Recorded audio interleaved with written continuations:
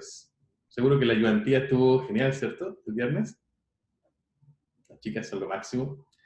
Voy a compartir la pantalla para retomar nuestros ejercicios, los dos que nos venían quedando, o más bien los dos que nos faltaba por revisar, que son el análisis de las palabras corredor y enamorados. Voy a poner el chat también, para que estemos comunicados. Súper. Eso. Así que, bueno, primero vamos a revisar rápidamente estas dos palabras y los fenómenos que en ella puedan aparecer y que les hayan parecido interesantes. Y luego, espero que nos quede un tiempito luego de eso para que puedan hacer todas las preguntas que quieran antes de la prueba del miércoles. Les anticipo de todas maneras que la prueba va a ser para quienes no estuvieron el semestre pasado, igual que el semestre pasado, así que eso. No, para quienes no estuvieron el semestre pasado, les cuento que va a ser, bueno, igual que el semestre pasado, pero y eso implica que se las voy a dejar el miércoles desde las 8:30 y van a tener todo el día para poder responder, ¿ok? Van a tener todo Uy, no me acuerdo si el semestre pasado lo hicimos con un día y medio. Ay, ¿quién me acuerda? ¿O lo hicimos solamente una mañana? Sí, era día y medio, como hasta ¿Y las 12 medio? Ya, del día siguiente. entonces igual, sí, eso me acordaba. Entonces, la voy a dejar el miércoles en la mañana, desde las 8:30 hasta el jueves al mediodía para que puedan tener el tiempo y contestar con calma. Y va a ser por medio de Canvas, ¿no? En la parte de pruebas, ¿cierto? De exámenes. Eso. Bien, entonces, trabajemos con la palabra corredor. ¿Quién quiere ayudarme con corredor? Para dejar esta lista y luego pasar a preguntas. Perdón, Victoria me pregunta si la prueba va a tener un límite de tiempo al abrirla. Bueno, va a tener un límite de un día y medio, como decíamos recién, pero nada más que eso. No un límite específico de apenas la abras te quedan tantos minutos para responderla, no. Puedes estarla respondiendo durante todo el tiempo en que está abierta. Súper. Bien. ¿Quién me ayuda entonces con corredor?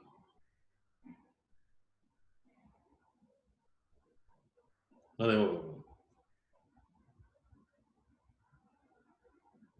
No tengo que recordarles, ¿no?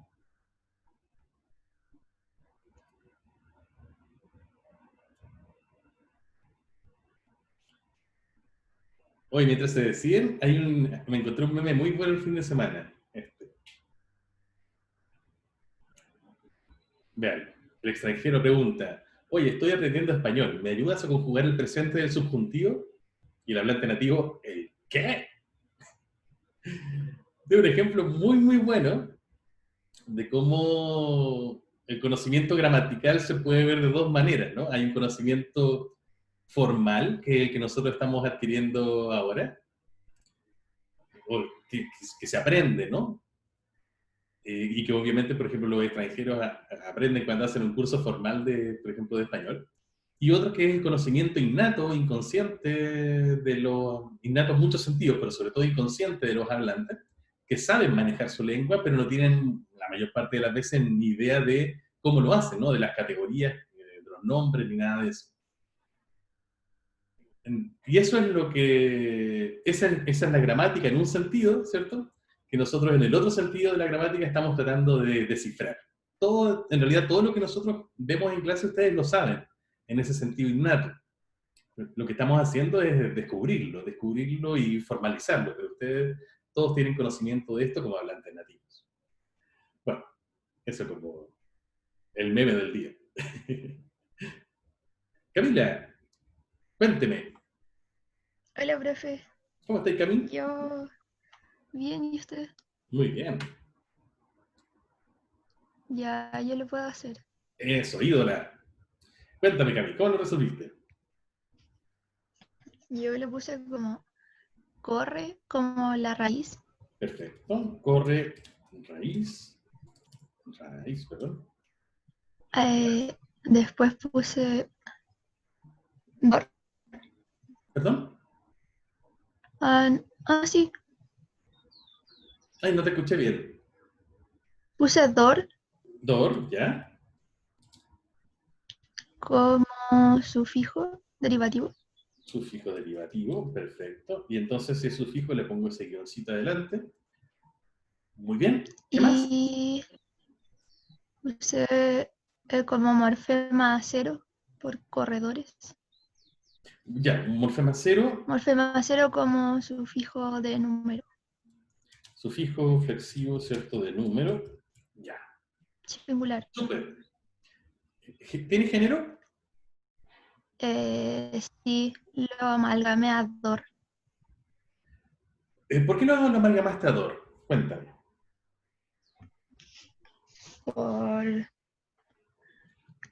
en oposición a corredora, pero eso me generaba dudas.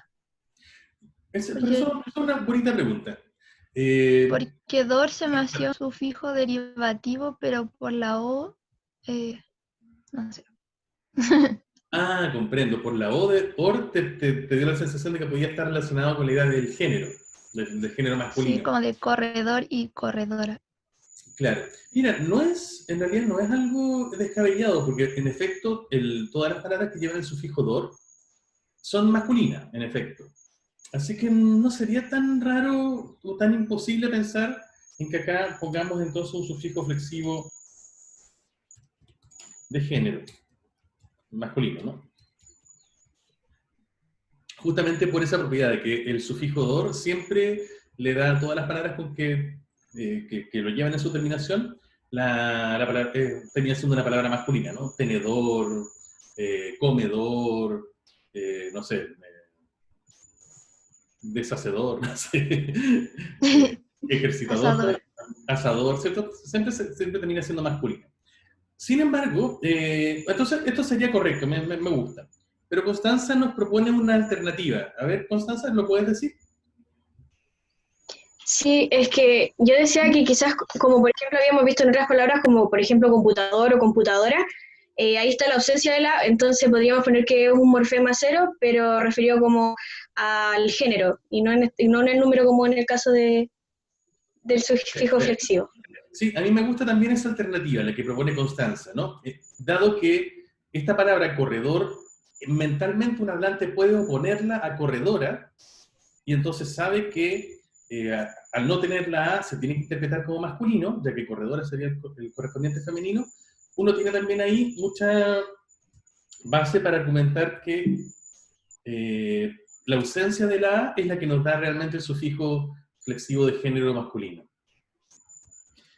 En realidad me gustan las dos alternativas, ¿m? Porque el cero está basado en la idea de la posible oposición, que es lo que hemos hecho en otras ocasiones, así que está muy bien justificada, que haya un morfema cero para indicar el género masculino, pero también, como decíamos recién, el hecho de que dor siempre sea un sufijo que a cualquier raíz a la que se le añada le otorga la palabra al género masculino, también nos podría decir, bueno, podemos considerar lo que va entonces incluido en el mismo morfema que a su vez da otro significado, ¿no? Así que me parecen bien las dos posibilidades. Me gusta más la segunda, la de considerarlo como un sufijo, un morfema cero, pero la primera también tiene su posible justificación, así que ambas estarían bien. Así que, súper Constanza, muy bien Camila. Bien, Camila, ayúdame con una cosita. Sí. Solamente para simplificar la explicación voy a hacerlo así, ¿no? Bueno, Sí. corre es una raíz. No, pensé que podían haber dos morfemas cero. Siempre lo veía como uno.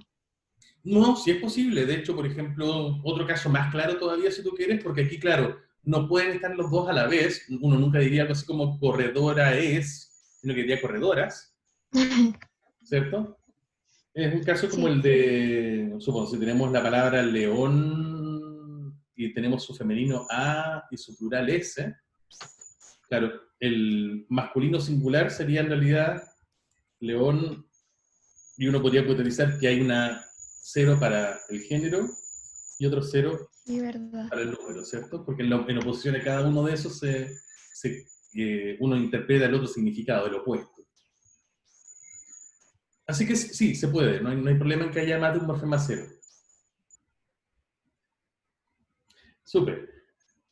Vamos con... Ay, mire, Constanza estaba poniendo el mismo ejemplo en el chat. Ah, Sí, ídola. profe, tengo otra duda. Dale, Camila. Dale, dale. Corredor, en el caso de corredor, pero de pasillo, el análisis sería distinto, ¿o no? ¿Por Porque qué? no se podía oponer como a correr o no sé. Ay, qué bonito ejemplo. Ya, vamos de a poco.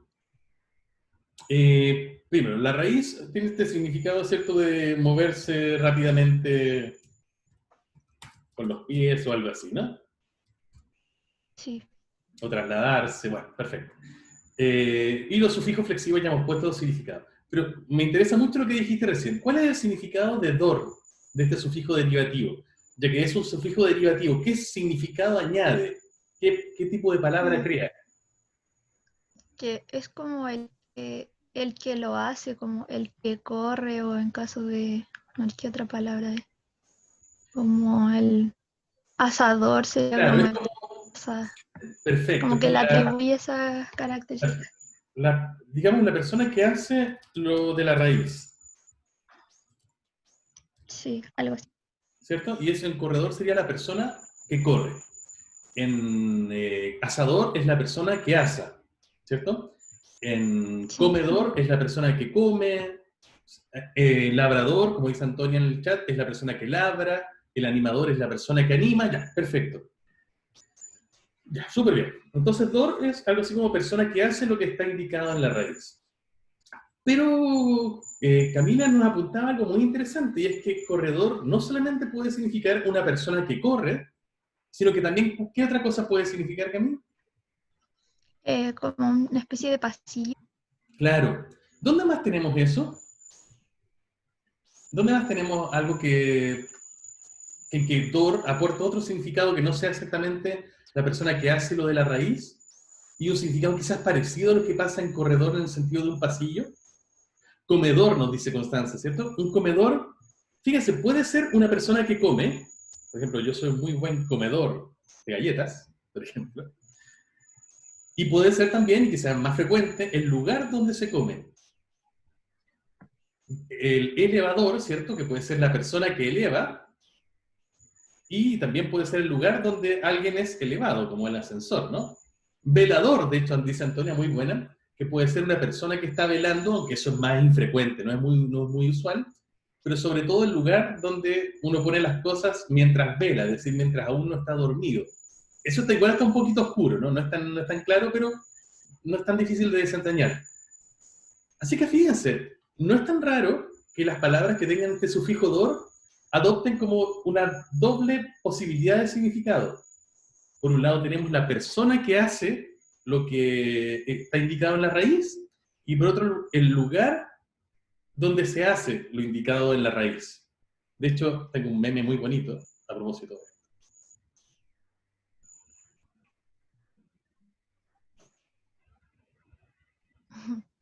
Que le pregunta a Milhouse, señor, disculpe, ¿el tocador de mujeres? Soy yo, dígame.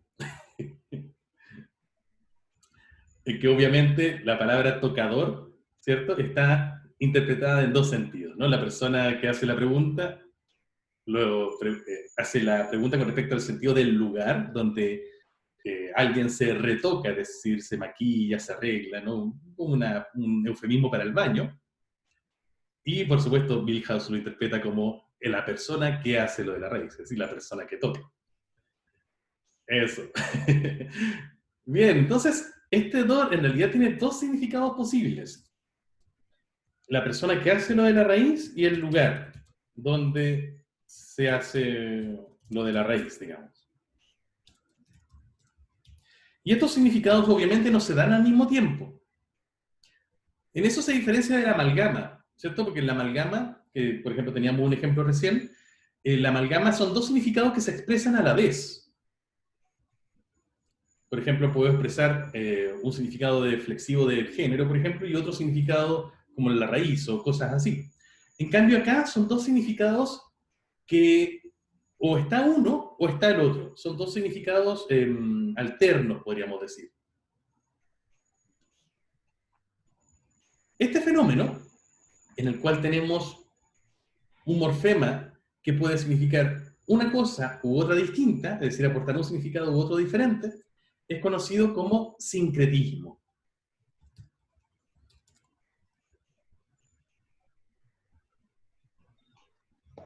Y el sincretismo, entonces, para formalizarlo, se define como un significante que expresa alternativamente un significado u otro significado. Esto no es tan raro, ¿no? En las raíces, sobre todo, o cuando tomamos las palabras por entero, es lo que típicamente pasa con las palabras llamadas palabras homónimas. ¿Cierto? Pero cuando pasa con un morfema específicamente, el nombre que tiene este fenómeno es el de sincretismo. Eso. Y ahí tendríamos, obviamente, el análisis completo, ¿no? Repito, la definición. Un sincretismo ocurre cuando tenemos un morfema cuyo significante es único, pero puede expresar alternativamente más de un significado posible. Es decir, un solo significante puede virtualmente corresponder a más de un significado.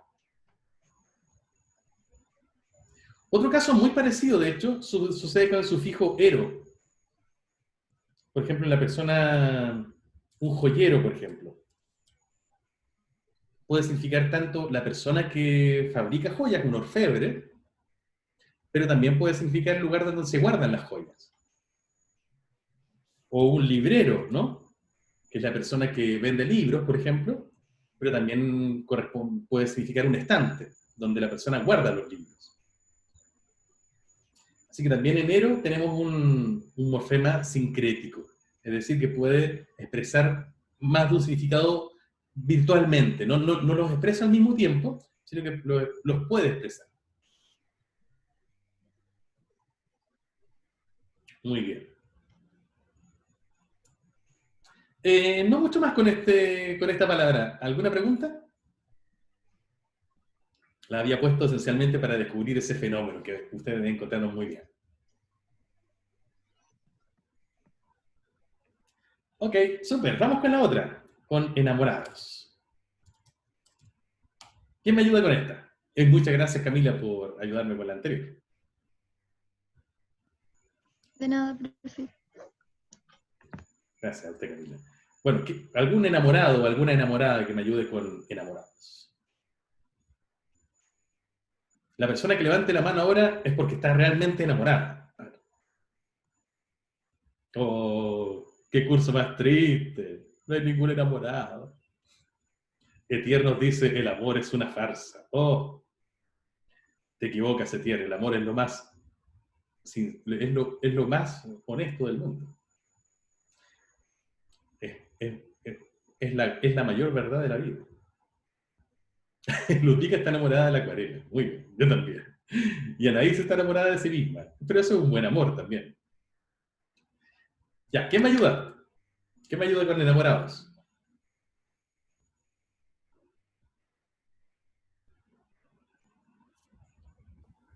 Ya, profe, yo lo ayudo, pero... Antonia. ¿Cómo saca la cara por su curso? Muy bien. Cuéntame, Antonia, ¿qué encontraste en enamorados? Lo que más fácil encontré fue como el sufijo como do, como Ya. cansado, fatigado, animado. Do como en encantado, claro, encantado, fatigado, animado, tienes razón. ¿Y qué significado Pero daría? no sabría qué, no sé. Bueno, veamos esas palabras, a ver. Encantado. Encantado. ¿De quién podemos decir que está encantado?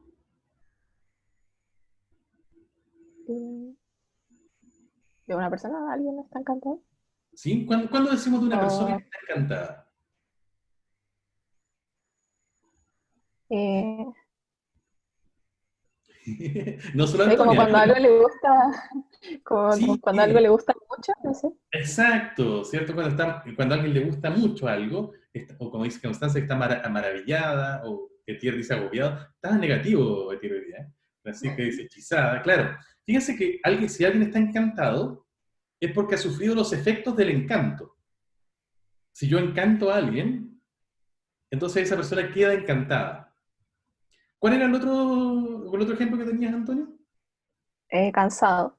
Cansado. Si alguien se cansa, queda cansado.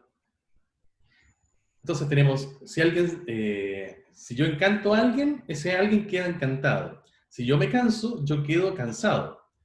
¿Cuál era el otro ejemplo? Animado. Si yo animo a alguien, queda animado. Y si yo enamoro a alguien, ese alguien queda Enamorado. enamorado. Entonces, fíjense ¿qué hace este do que identificó Antonia? ¿Qué nos muestra? En vez de decirlo yo, a ver si ustedes lo pueden inferir de los ejemplos que di. ¿Qué quiere decir el do en estos casos?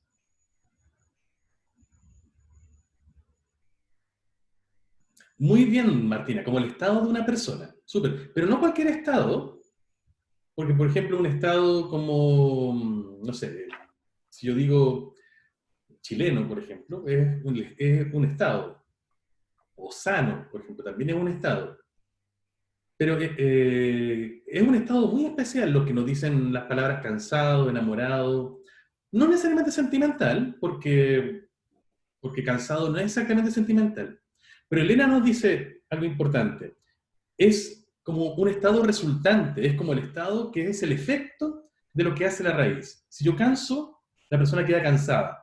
Si yo animo, la persona queda animada. Si yo enamoro, la persona queda enamorada. Entonces es un estado resultante como consecuencia de algo hecho en lo dicho en la raíz. Claro, como dice Francisca, un estado inducido, ¿cierto? Por el evento descrito en la raíz.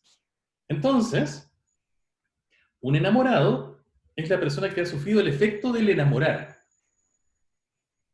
Perfecto. Entonces, ¿qué tipo de morfema sería este, Antonio? Sufijo derivativo. Es un sufijo derivativo, claro, porque si la palabra de la que viene, digamos, es enamorar, que es un evento, ¿no?, que alguien hace, el enamorado es el que sufre los efectos, ¿no?, de ese evento. Súper, un sufijo derivativo, ¿no? Que algo así como estado resultante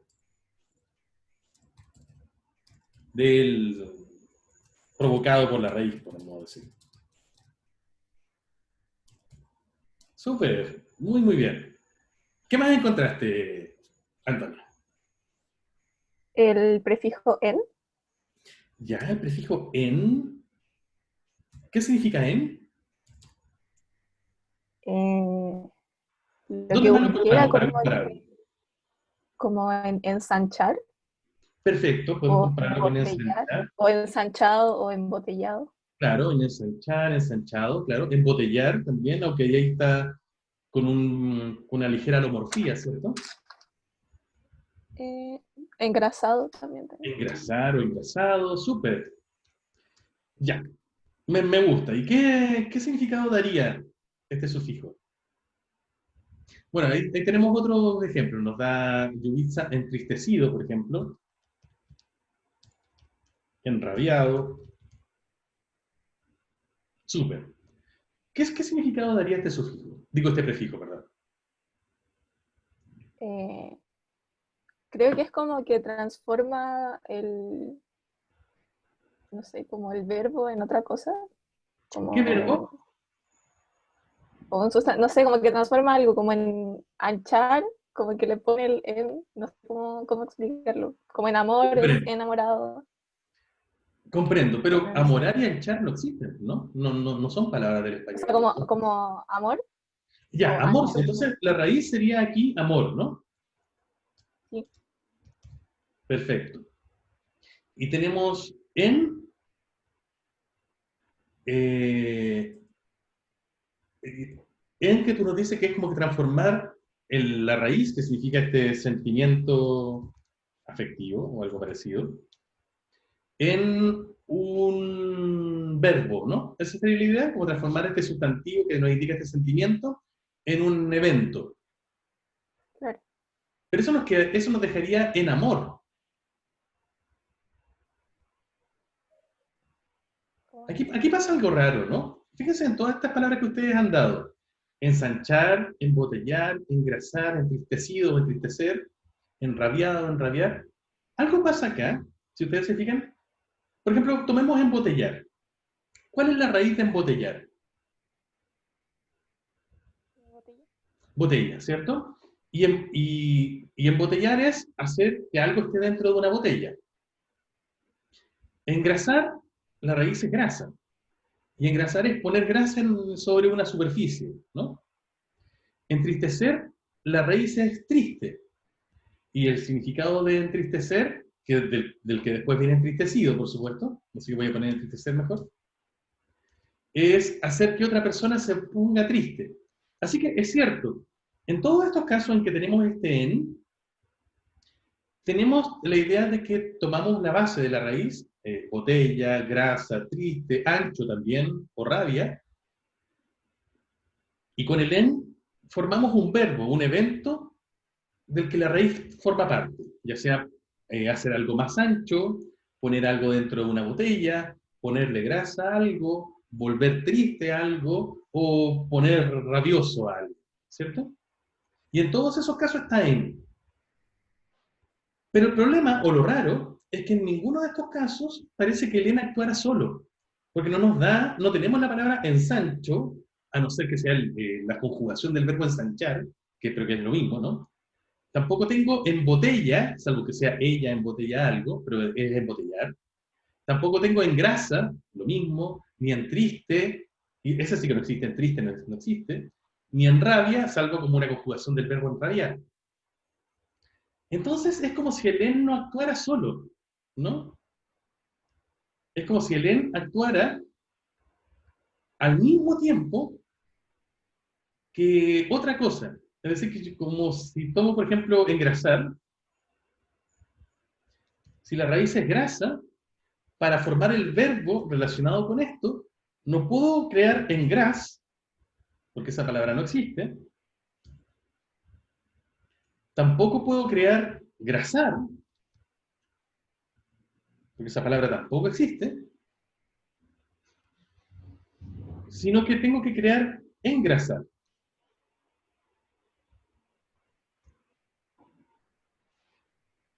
Aquí tenemos un caso súper interesante, en que un morfema, que justamente tiene el significado que nos da Antonia, que es, tomo lo de la base y creo un evento a partir de esa base, ese es el significado que aporta, no es solo prefijo, ni tampoco es solo sufijo, sino que es una especie de morfema que aparece en dos partes y como que está abrazando a la raíz. En realidad no tenemos solamente en, sino que es algo así como en y a al mismo tiempo, de enamorado. O bueno, en los otros casos, como en engrasar, sería... Uy, perdón, este sí es... Este está correcto, no tiene por qué tener ese asterisco. Sería en y ar, en engrasar. O em y ar, en embotellar, que sería una ligera alomorfía en en. O ens, también con una pequeña alomorfía, ens, ay. Y ar, en ensanchar, y así. El ensanchar lo busqué y me salió Perdón, Antonia, no te escucho bien. ¿Puedes acercarte al micrófono? que en ensanchar, ahí se escucha mejor. Te escucho un poquito mejor, sí. La S actuaba como un interfijo. Puede ser interfijo también. Uno puede considerarlo un alomorfo, como habíamos visto en la clase pasada, o también puede ser interesante por considerarlo un interfijo. Buen ojo. Florencia nos da la clave acá. Es como si la raíz estuviera envuelta en el morfema. En vez de tener un prefijo que va antes o un sufijo que va después, es como si este morfema abrazara, ¿no? Envolviera la raíz. De hecho, eso hace que muchos llamen a estos morfemas un circunfijo.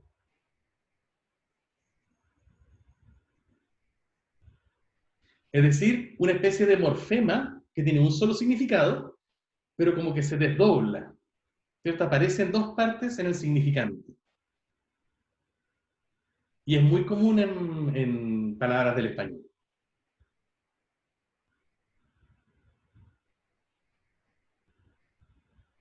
sigue siendo derivativo. ¿Por qué? Porque en español podemos tener perfectamente un verbo que no se forme con un circunfijo. De hecho, por ejemplo, yo puedo tener, no sé, trabajar, que por supuesto viene de trabajo. Bueno, trabajo nos da trabajar. Y ahí en realidad podemos decir que simplemente se añadió el sufijo ar para crear a partir del sustantivo trabajo el verbo trabajar. Así que no es necesario que haya un circunfijo para tener un verbo. Y de hecho, por supuesto, también tenemos verbos que no tienen ningún afijo que los haga verbales. Por ejemplo, reír no tiene ningún derivativo tampoco. Así que yo puedo tener verbos sin tener estos tipos de derivativos. Ni en a, ni ar, ninguno de esos. Por eso son derivativos, no son flexivos. Recuerda que los flexivos son obligatorios de una categoría. Camila nos pregunta si hay circunfijos flexivos en el chat. Hay, pero no en castellano. En otras lenguas sí hay circunfijos flexivos. Por ejemplo, en alemán se considera que las formas, las formas perfectas de los verbos se forman con un circunfijo. Entonces, un tipo de conjugación verbal, como podríamos decir el futuro perfecto, por ejemplo, se forma con un circunfijo. Bueno, en realidad uno podría decir algo parecido en castellano, pero no voy a meterme en ese berenjenal todavía. Por ahora, digamos que según la doctrina, no. Repito la definición de circunfijo. Un circunfijo es un morfema, que tiene un solo significado, por supuesto, pero que se expresa en lo que parecieran ser dos significantes distintos, pero en realidad forman parte de un solo morfema. En entristecer, nos pregunta Elena, ¿por qué te causa dudas ese, Elena? Porque no termina en ar. O sea, ¿se da también ahí? Se da también ahí. Muy buena pregunta. Claro, no es que el circunfijo sea necesariamente en ar. De hecho, tenemos varias posibilidades. Por ejemplo, tenemos en eser, que es el de entristecer, pero también, por ejemplo, en envejecer, encamiser, no sé, bueno, algunos otros hay, ¿no? Tenemos en ar, como veíamos recién, también hay mucho como ar, como en abrazar, por ejemplo, que está un poco opaco, pero tiene la raíz es brazo, ¿no? Porque es rodear con los brazos a alguien, eso es abrazar, y no simplemente brazar. También tenemos, por ejemplo, izar, que se da mucho con la idea de posarse en un lugar, como en aterrizar, amarizar, alunizar, por ejemplo. Entonces tenemos varias posibilidades de circunfijos, que crean algunos significados más específicos que otros, pero siempre, en general, crean la idea de un evento relacionado con la raíz verbal. ¿Bien? Súper. Entonces aquí tendríamos no solamente un prefijo ni un sufijo, ojo con eso, no es ni un prefijo ni un sufijo, sino que es un solo morfema.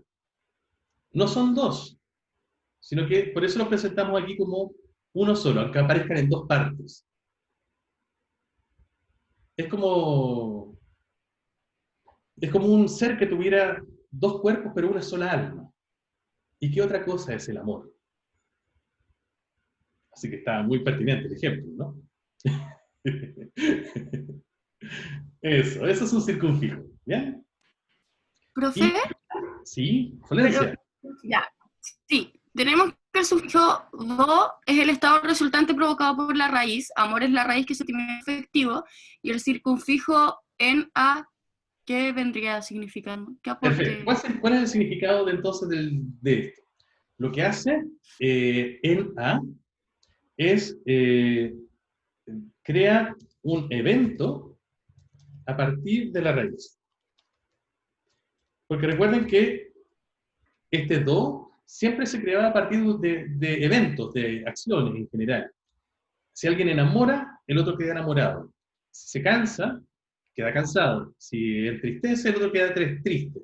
Entonces, o entristecido mejor, tenemos que tener antes una palabra que describe un evento, algo que se hace, una acción, un proceso.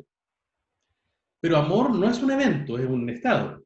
Entonces yo, antes de tener un estado resultante, causado por el amor, tengo que crear la palabra que es la que describe un evento en que el amor está involucrado. Y esa es enamorar.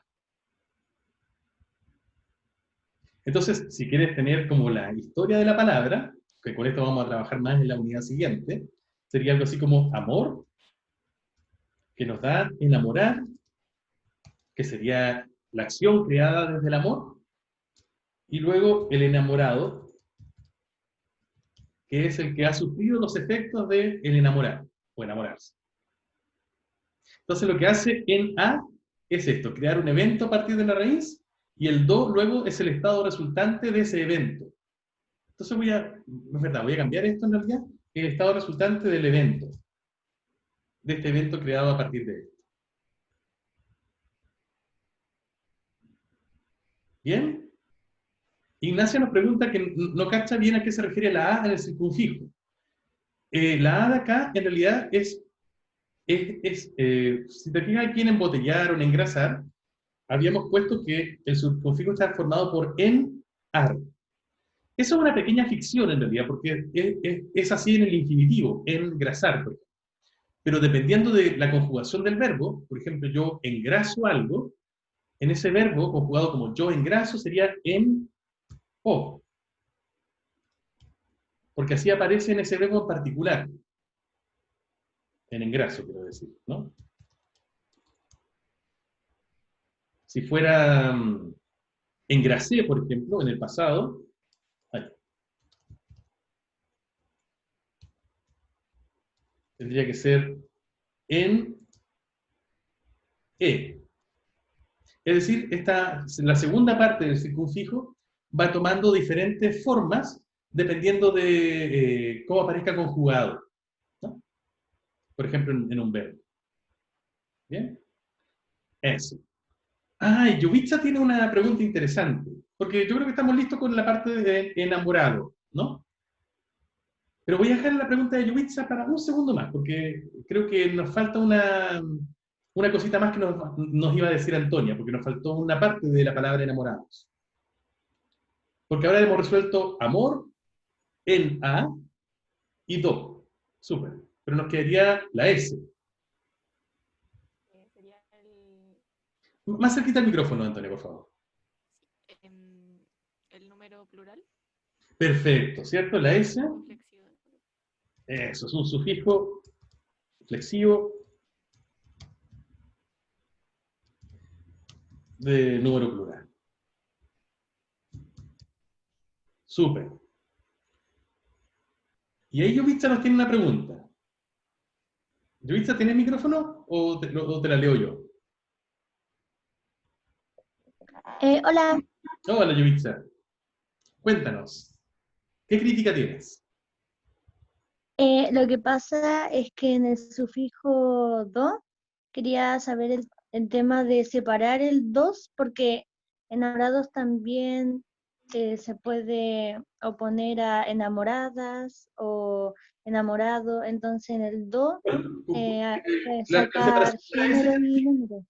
claro, la separación de la S ya la hicimos, ¿no? Está acá.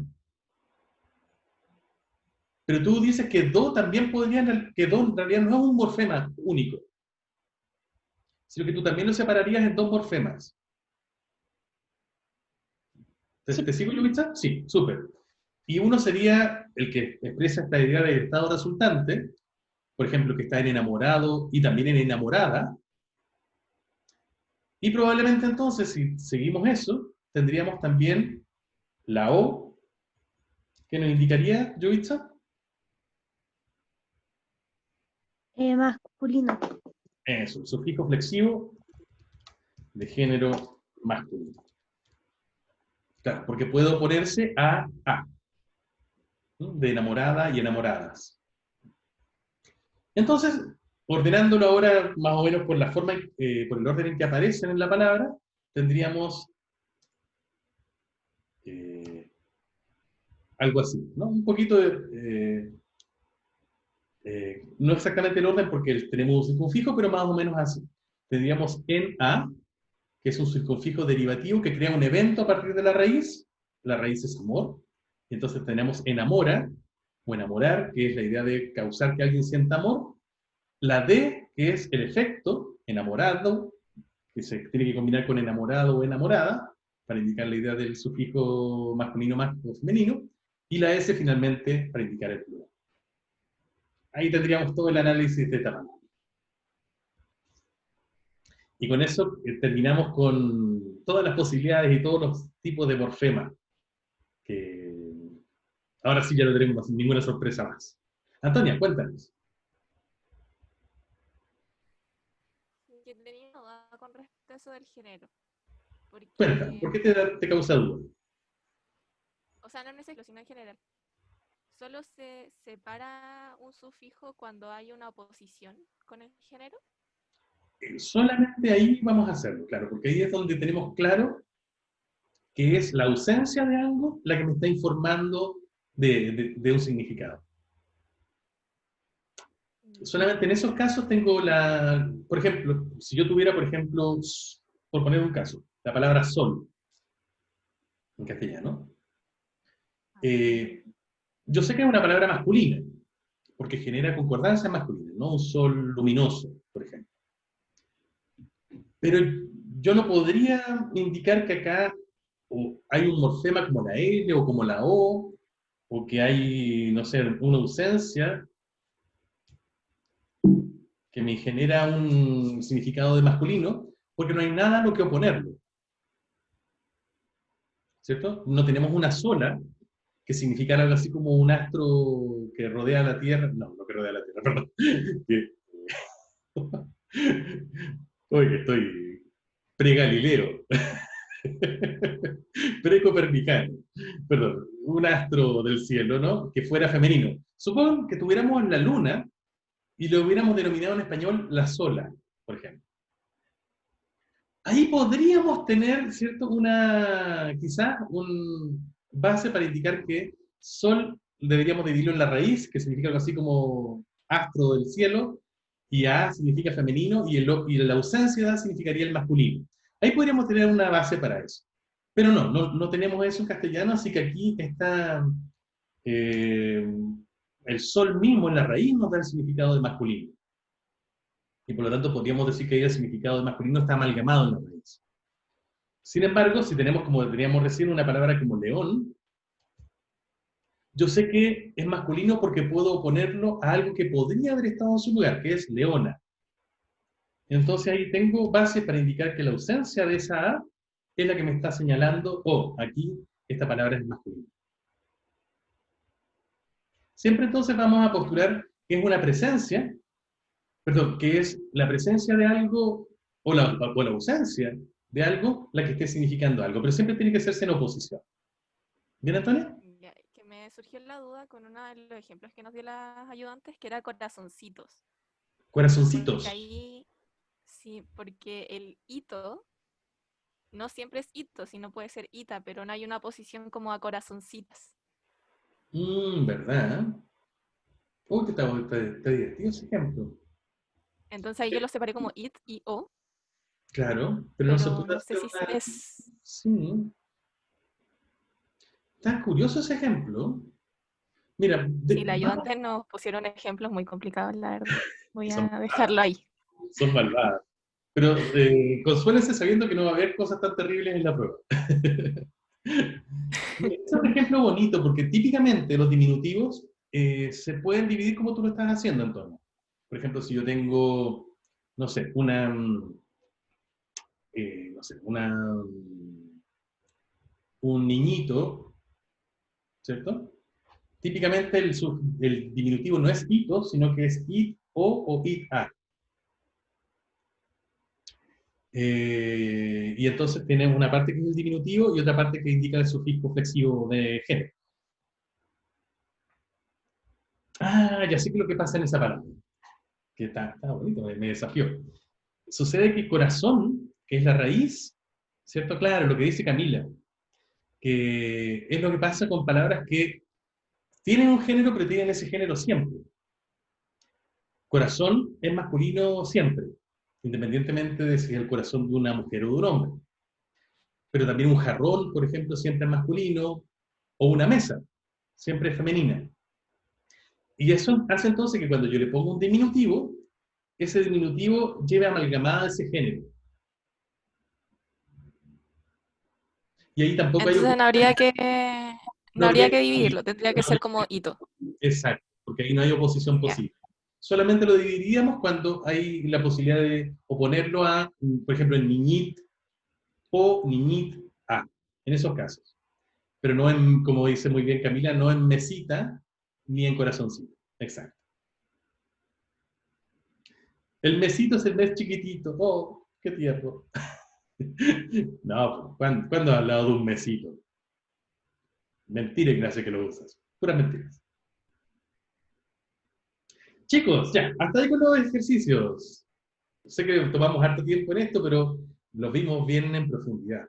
Nos quedan unos minutos para que puedan usarlos en las preguntas que quieran, ya que tenemos pronto nuestra prueba y bueno, sobre todo porque estamos cerrando esta unidad.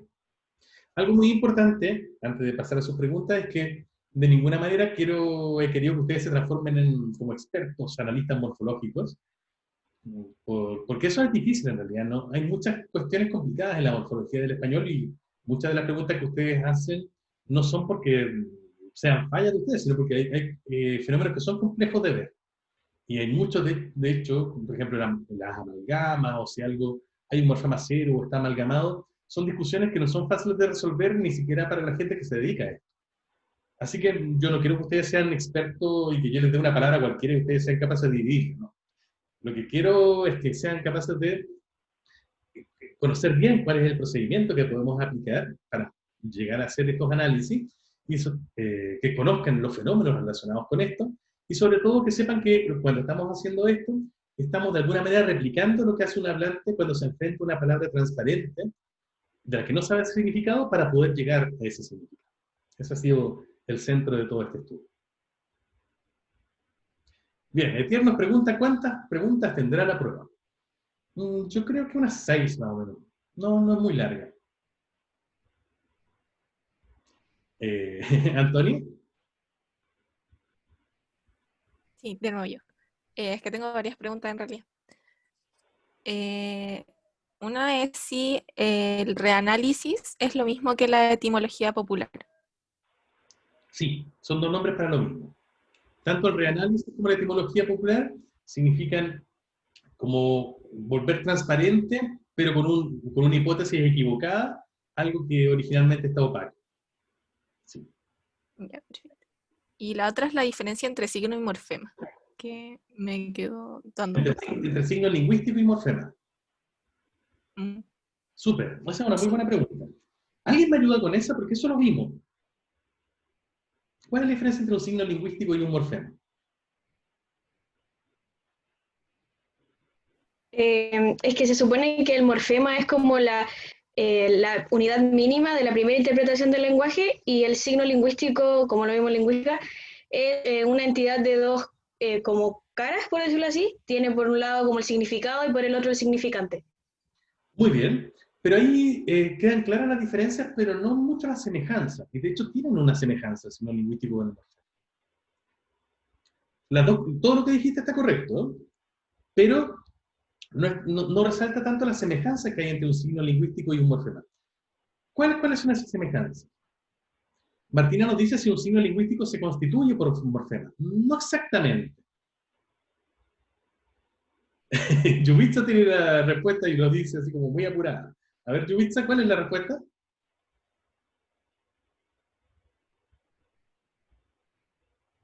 ¿No? Ok. Un signo Creo lingüístico... que el morfema, o sea, es un signo, por decirlo así. ¿Perdón? Es que el morfema es un signo, por decirlo así, mínimo, como la unidad mínima. Eso, esa es la respuesta. El morfema es un signo lingüístico. Como ustedes decían muy bien recién, el signo lingüístico es una entidad de dos caras, que tiene un significado, un significante, etc. Pero eso, por ejemplo, un signo lingüístico es la asociación entre un significado y un significante, que se da obviamente en el lenguaje. Así, por ejemplo, si yo tengo, no sé, cualquier palabra, digamos, camiones, por poner una, eso es un signo lingüístico, porque hay una expresión, los sonidos que conforman el significante de camiones, y eso está asociado con un significado. También, por ejemplo, es un signo lingüístico los camiones de la carretera. Eso también es un signo lingüístico, porque por un lado tenemos un conjunto de fonemas, ¿cierto?, que conforman la parte de la expresión, los camiones de la carretera, todos esos sonidos, y eso tiene una contrapartida en un significado. Yo me puedo hacer una imagen mental relacionada con estos sonidos. Si ustedes quieren, si uno lo lleva al extremo, todo un libro que tengan ustedes en su estantería es también un signo lingüístico, porque está conformado por una serie de significantes a las que se le asocia un significado muy complejo en este caso. Entonces hay signos lingüísticos de todos los tamaños. ¿Cuál es la diferencia con el morfema? El morfema es el mínimo signo lingüístico. El signo lingüístico que yo no puedo seguir descomponiendo signos lingüísticos más pequeños. ¿Bien? Sí, ahí me queda mucho más claro. Súper. Yo nos preguntaba, y después seguimos con Antonio también, sobre el interfijo. Cuéntanos, ¿cuál es tu problema con el interfijo, Yubitsa? Es que no entiendo bien cómo identificarlo. Súper. Lo que pasa es que es un tema, no le vamos a poner mucha atención, porque es un tema más o menos polémico y no está exactamente bien definido. ¿Ya? Así que no te preocupes demasiado por él. Pero en principio, un interfijo es, entre comillas, un morfema, porque no todo el mundo está de acuerdo con eso, que tiene solo significante, pero no aporta ningún significado. Por ejemplo, decíamos recién que podemos encontrar en ar en muchas palabras que significa, y siempre aportaba la idea como de crear una acción o un evento a partir de una raíz. Por ejemplo, enamorar, embotellar, no sé, embelezar, enharinar, por ejemplo. Pero en una en particular, que era la palabra ensanchar,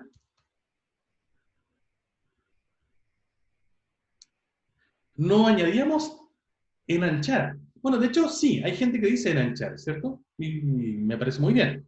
Seguiría el mismo patrón de enamorar, etc. Pero hay personas que dicen ensanchar. Ahí esa S que tenemos en ensanchar se añade solamente para hacer la pronunciación más fácil, digamos, para hacer la pronunciación más elegante, si tú quieres. Si queremos ser un poco pedantes, por un asunto de eufonía,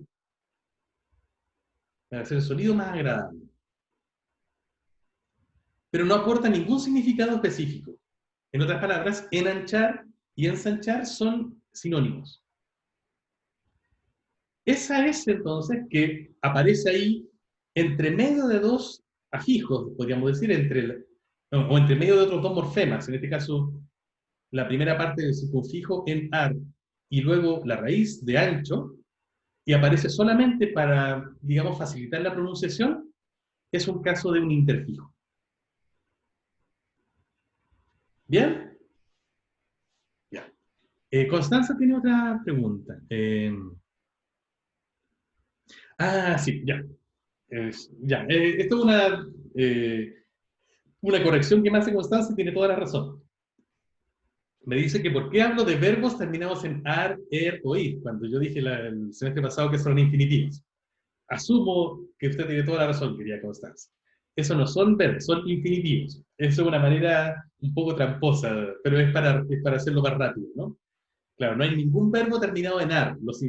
Los verbos corresponden a la conjugación cuyo infinitivo termina en ar. Entonces, por ejemplo, el verbo canto, cantamos, etc., corresponden al infinitivo cantar. Y como una forma de decirlo más rápido, uno puede referirse al verbo cantar. Pero en realidad, cuando uno dice el verbo cantar, se está refiriendo a todos los verbos, yo canto, tú canto, canté, cantaré, etc., que equivalen al infinitivo cantar. Pero tienes toda la razón. En estricto rigor, todo lo que termina en ar, er o ir son infinitivos, no verbos. Muy bien, que me corrijan. ¿Más preguntas? Antonia también, que tenía algunas más, o quien quiera.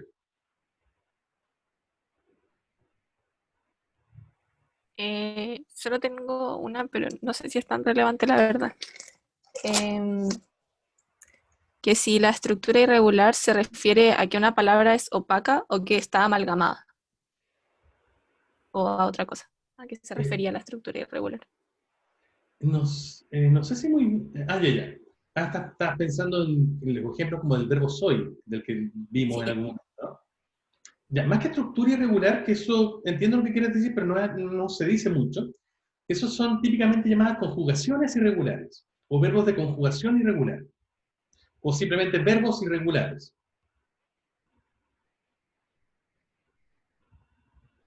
Y en esos, lo que ocurre, y eso, perdón, los verbos irregulares están muy relacionados con el fenómeno de la amalgama, en efecto, más que con la idea de la opacidad. En ellos, por ejemplo, si yo tengo el verbo fui, que significa ser, yo soy en el pasado, no hay manera de separar el significante en tres morfemas, ¿no? No es que la F nos diga el verbo ser, la U, el yo y la I el pasado, sino que los tres significados se expresan a la vez, amalgamados. A diferencia de lo que pasa, por ejemplo, en algo así como cantaban, ¿no? En que podríamos dividirlo en cant, ab y a, en que cada parte nos da un significado.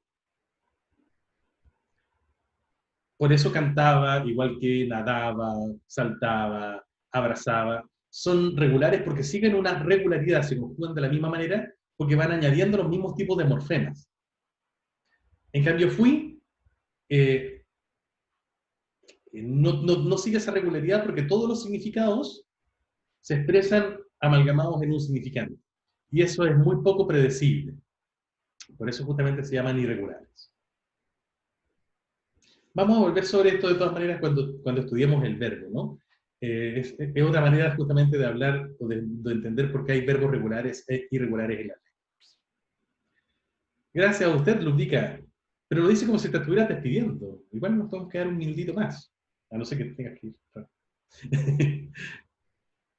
Valentina nos pregunta si las raíces pueden tener amalgama. Sí, también. Por ejemplo, decíamos recién hace un ratito que la palabra sol, ya que no se puede oponer a sola, aunque sí se puede oponer a soles, solamente podríamos tener un cero para indicar número, ya que ahí está la oposición singular plural. Cero es.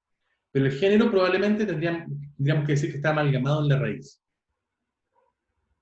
Gracias, Altilutica. Camila, cuéntenos. Que me quedé con una duda de corazoncito y mesita. En ese caso, ¿el género estaría en la raíz, en el derivativo, o sería como una separación de la A o la O? Oh, qué buena pregunta.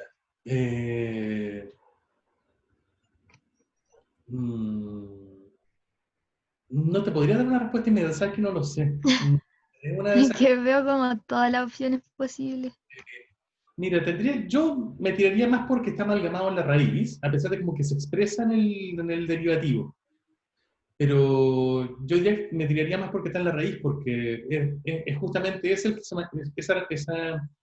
ese significado de género que está en la raíz el que se mantiene constante luego.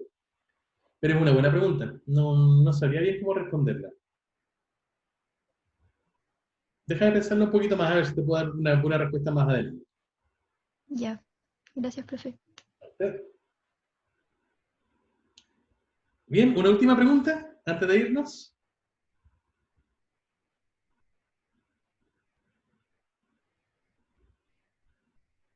¿No? ¿Nada? Ludvika, si tendrá piedad, no, jamás. Yubitsa exige el análisis de oveja. ¿Por qué? No veo que tenga mucho problema. ¿Por qué parte de oveja le causa problema? Persona y número no son lo mismo. No exactamente, Martina. Seguía vuelvo con Yubitsa.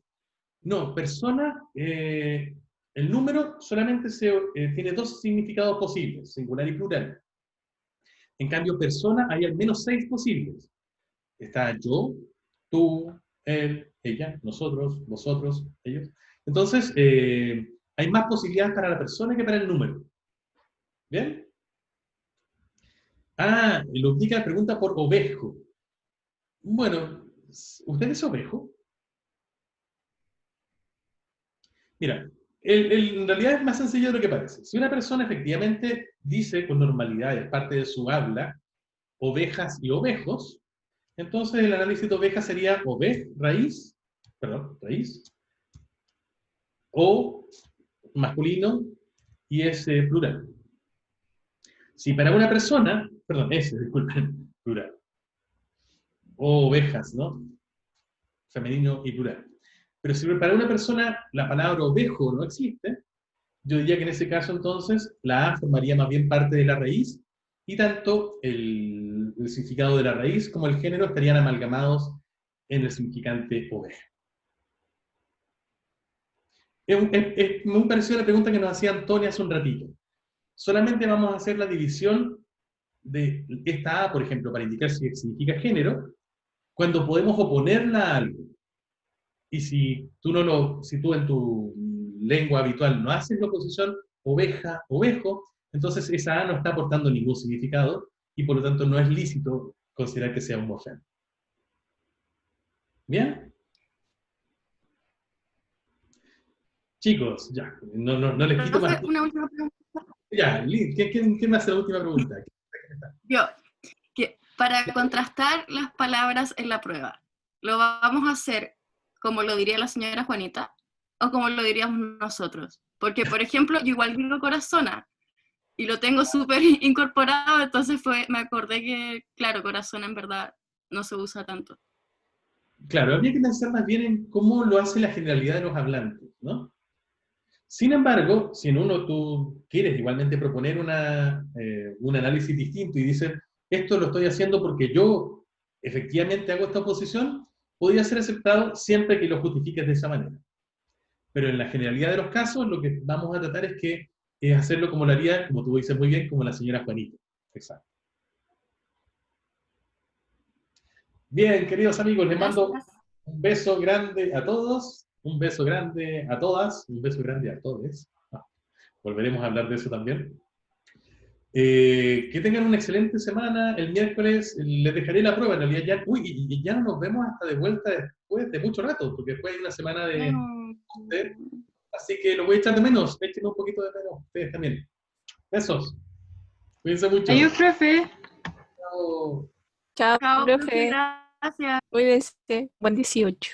Buen 18 para ustedes. Con ustedes en la casa. Profe.